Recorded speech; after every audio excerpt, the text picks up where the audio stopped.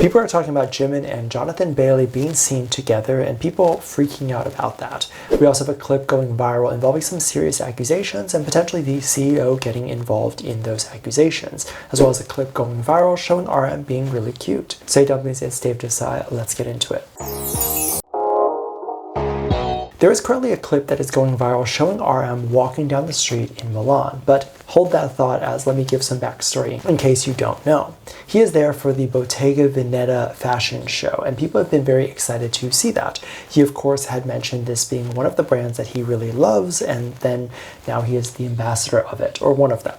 All of the boys recently had fashion shows appearances, except Suga. So I'm hoping that we can see something from him very soon, but I don't even know if he is part of an ambassadorship of a fashion brand. However, anyway, that's neither here nor there, and RM was photographed next to Uma Thurman.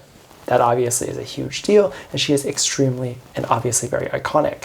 But this of course means that he is walking around Milan, he's hanging out. I'm sure he's been there many times at this point in his career, but Milan is a really nice area that I have seen in photos. I've never been there personally. There's a lot to do there, and of course it's a very big space to enjoy anything that you want. These are obviously one of the bigger cities in the world, and so I hope RM is enjoying his time there, and it seems like everyone has been very respectful of him. But circling back to that video on the street, see, I told you I would come back to that. He was walking down the street and a fan or a supposed fan came up to him. This fan didn't seemingly seem like they were trying to go up to RM. They didn't go out of their way to see him. It seemed like they were already passing that area and RM was walking forward and she was just walking the other direction. It seemed as if when she got close, she said something, maybe call his name, whatever it was. RM looked over and they had a cute little moment. They said hi to each other and then they carried on. People thought it was really funny because she said it while she was with her partner. And I think that that's a really strange thing because obviously what we are seeing here is someone who is not crazy. It's just someone who acknowledges other people and then moves on.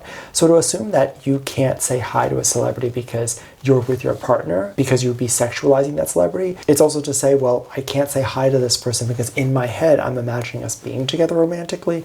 That's not the case when you say hi to every celebrity. It's not the case of you wanting to sleep with them or you loving them so much that you are essentially even cheating just by saying hi to that celebrity. It's possible to have people who aren't even the biggest fans go up to the celebrity just when they see them walking about and recognize them. I don't know about Milan, but if you're in a place like New York, like I am, then you're going to see celebrities all the time and you can either say hi or you can say nothing and keep on walking by.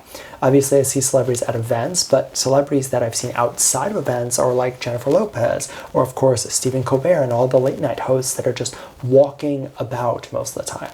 So if I were to go up and say hi, does that mean that I'm cheating on my partner because I said hi to them? That's what's crazy to me. So that's an insane assumption. But it was really cute. And obviously, as I said, this person's not crazy because they didn't bother RM extensively. I mean, they could probably have asked for a photo. I don't even think that that would be too inappropriate, but they didn't bother doing any of that. They just wanted to say hi. And I thought that that was so, so cute. I love that so much. Now we're going to transition into something a little bit darker as we start off with something a little bit heavy. People have been protesting online and have woken up to thousands of tweets essentially telling HYBE to take action on some of the terrible things that are happening recently. Now I want to break down what this rumor is, why it's happening, and how likely any of this really is. And you'll see what I mean in a second.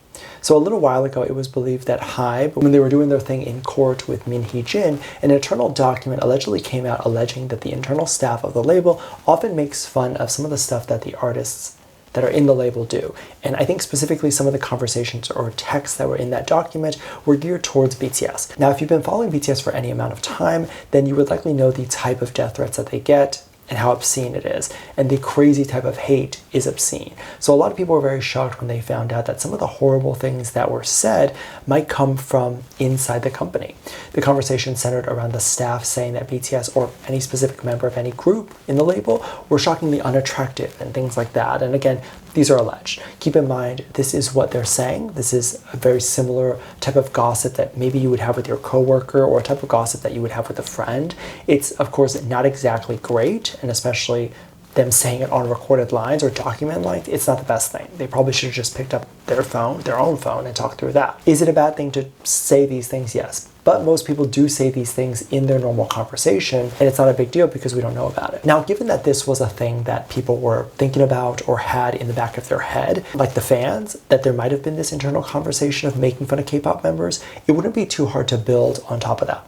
So someone went into a press conference allegedly with the CEO talking and apparently handed over, quote, evidence of V actually being the one that has been spreading hate towards Jimin and is the one that has been saying awful things or potentially getting Jimin to have death threats. They apparently handed over a USB drive. They apparently handed over a folder of documents. I don't fully know what exactly was handed over, but this person alleged that they handed over a lot of stuff. This, of course, made the community really upset because this quite obviously is a shipping drama issue, right? So people who might support Jimin and JK dating want V out of the question. So much so that they want V out of the group entirely, that they are attempting to do something like this. Now the CEO, if he decides to even go through this stuff himself, which he definitely might not, he's probably just going to realize how crazy it actually is. The bottom line is, if V hasn't done anything, which I believe he hasn't, then there really isn't much that could possibly be in that USB. Like there likely wouldn't be anything that would be incriminating on there, right? And this is conversations in which the CEO can have with V or whoever.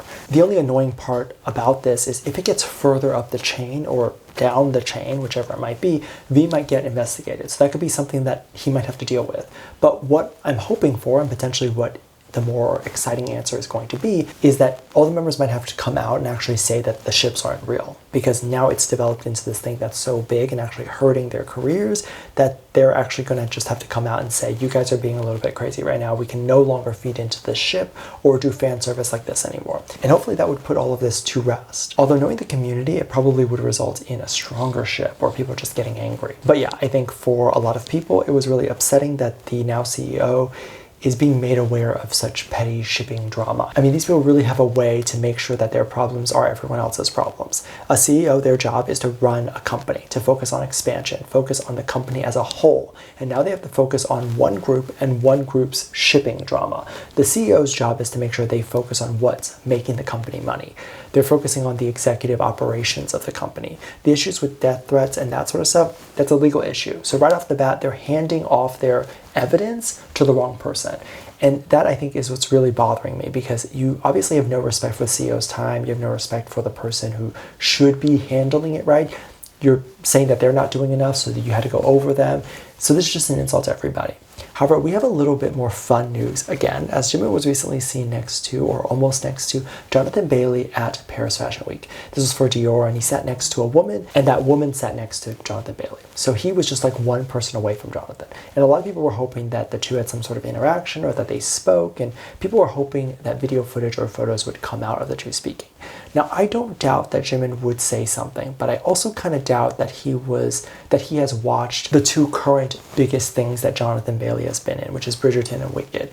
Wicked might be something that Jimin would watch, but Bridgerton is definitely not something that I think a lot of Korean people who don't know English would fully enjoy. I'm not fully sure. So in that case, it's not that he wouldn't go up to Jonathan, I just don't know if he would be fully aware. Now, Jonathan Bailey could also be aware of Jimin, and I think he also is into some Asian culture and that sort of stuff. But it seems as if there might not have been an interaction there. However, since Jonathan is queer, people were wondering if they did in fact speak, and Jonathan confirmed that, or what the whole situation would be. Unfortunately, we're just going to have to be left wondering, as I don't think any of that will happen or has ever happened. Even if Jonathan were to talk to an interviewer who asked a question about, let's say, Jimin's orientation, which is what people really want to know, and let's say Jonathan knew, I doubt he would want to put that out there, especially if someone else isn't out yet. Although on the other hand, Jonathan might not be aware that people don't know. So there's also a lot of things that can be left for speculation. As of right now, I don't think anything has happened, so we can't really make that judgment. And it's also none of our business to make that judgment, right? It's none of Jonathan's business either. And it's not that he even asked or told us to begin with, but we're just gonna have to be left in the dark about something like that. Let me know what you think. Let me know your thoughts. Make sure to check out Patreon. I'll leave a link at the top of the description. Thank you so much for this lovely comment right here. Love you. Bye.